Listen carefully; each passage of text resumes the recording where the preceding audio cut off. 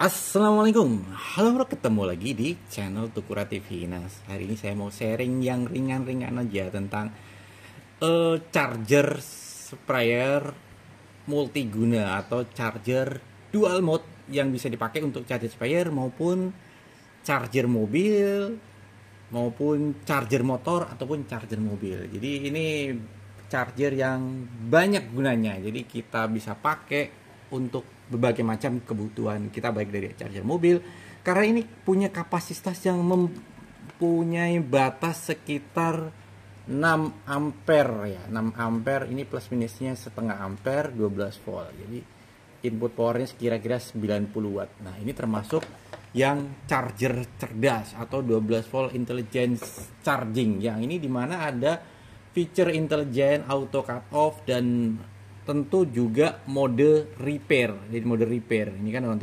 ini juga intelligent cord detection, multiple protection. Jadi ini charger canggih. Jadi apa sih bedanya dengan misalnya pakai mode mobil atau car atau truk dengan mode motor? Nah, kalau kita charger spare mungkin lebih mendekatin pakai mode yang motor ya, karena kapasitasnya kalau motor itu kan sekitar 5 ampere, ada mungkin 3 sampai 5 ampere, ada yang paling gede itu 7 ampere. Nah, kalau charger sprayer kan sama ya, 7 ampere. Jadi kalau mobil itu kisaran startnya biasanya di 32 ampere ke atas ya. Nah, ini ada charger gel ya atau IM gel. Ini sebenarnya charger gel itu ya mirip-mirip ya sama charger mobil ya. Jadi seperti itu. Nah, charger ini punya proteksi terbalik juga. Nah, nih. Kalau misalnya kita masangnya terbalik, dan ini kita sudah modif juga ya supaya ada sambungannya seperti ini ya. Jadi kalau model sambungan seperti ini nanti kita bisa buat ngecas tangki sprayer. Jadi nanti jangan lupa modenya itu dipindahkan ke mode motor. Nah, perbedaannya apa motor dan mobil nanti saya jelaskan kemudian. Nah, ini contohnya ya, kita tes protectionnya. Kalau kita secara tidak sengaja mencolokkan akinya terbalik seperti ini, merahnya ke hitam, di chargernya akan menampil error atau ERR. Nah, error, nggak bisa ngecas. Ini kedip-kedip warna merahnya nih. Di sini dia akan berkedip seperti itu ya. Ini akan berkedip, jadi diproteksi. Jadi kalau kita terbalik secara tidak sengaja, nggak usah khawatir chargernya rusak atau akinya rusak, dia akan otomatis memproteksi, jadi error seperti itu ya. Nah, ini saya punya baterai 2 yang ini Yuasa. Yuasa ini 7AH yang NP 7AH ini saya udah punya charger ini punya aki ini dari tahun 2011. Bayangin aja nih, aki Yuasa ini sudah lebih dari 10 tahun umurnya, tapi masih sangat bagus. Nah, sangat bagus. Coba kita cek voltage-nya ya. Nah, voltase aki ini masih di kisaran berapa? Nah, ini saya punya alat tester akinya ini masih di 12,42 volt.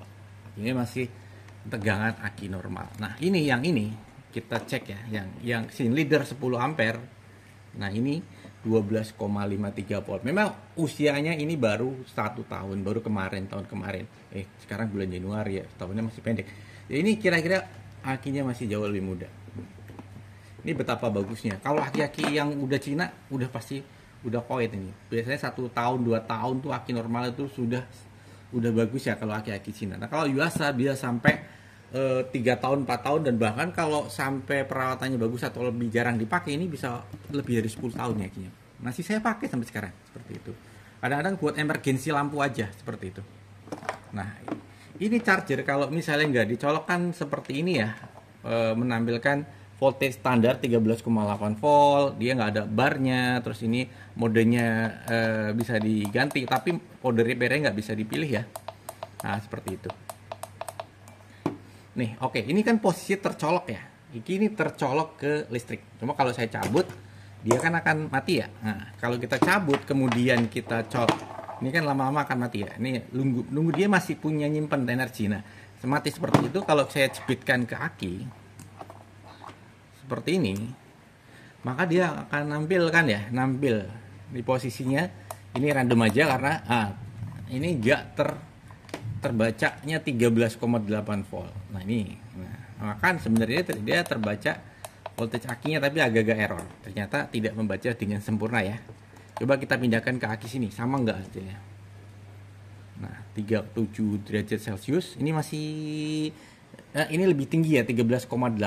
Ternyata pembacaannya nggak sama yang saya baca di sini alat saya ini dengan yang voltmeter yang ada di sini. Nggak sama ya, ini 13. Artinya memang tadi juga kita ukur nih lebih tinggi, jadi 12,58.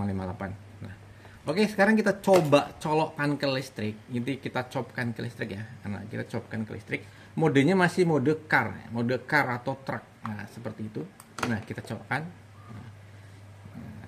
Nah, dia akan mulai mengecas dia kan. Nah, barcode-nya. Nah, ini ampernya sampai 4,9 volt. Nah, 37 derajat. Nah, ini modenya car 4,9 volt. Nah, dia limitnya, nah ini aneh nih, 21,4 volt. Coba dia menghasilkan voltasenya dari sini itu sebenarnya berapa? Tapi nggak usah dihidupkan terlalu ya. Ini kita balik bukan yang ini. Yang sini.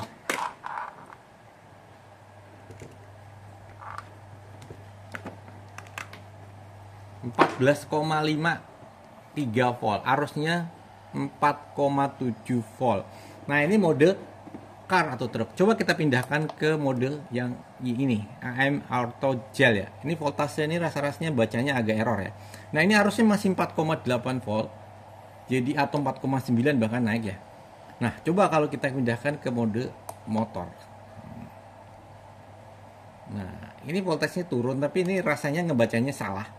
Nah, arusnya cuma 3,1 ampere. Nah, atau 3,2 maksimum.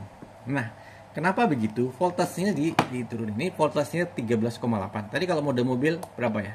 Nah, kita 14 ya. Nah, dia tinggi, lebih tinggi. Nah, car lebih tinggi. 14,48. Ini antara car dan MGL ini sama sebetulnya. Nah, yang beda yang di motor diturunin 13,94. Sehingga arusnya lebih rendah. Jadi lebih aman untuk sprayer karena voltasnya tidak terlalu tinggi. Nah, yang bagus sih memang di sekitar 13,8 ini voltasnya ya. Nah, tidak terlalu tinggi sehingga arusnya pun dibatasin di 3,1 ampere, nggak terlalu tinggi. Karena apa? Sebetulnya untuk charging yang dibolehkan dari baterai ini kan di sini nih bisa dibaca ya. Kalau ini kan 7 ampere ini sekitar 1,75 ampere kalau yang diperbolehkan atau direkomendasikan. Artinya kalau di charge terlalu tinggi baterai itu akan beresiko umurnya lebih pendek. Jadi akan lebih pendek. Jadi mungkin nanti gampang lembung ya. Kalau baterai yang sering dicas dengan over voltage itu baterainya nanti melembung, udah ngelembung, ini udah 10 tahun tapi nggak ngelembung. Ini rata banget masih.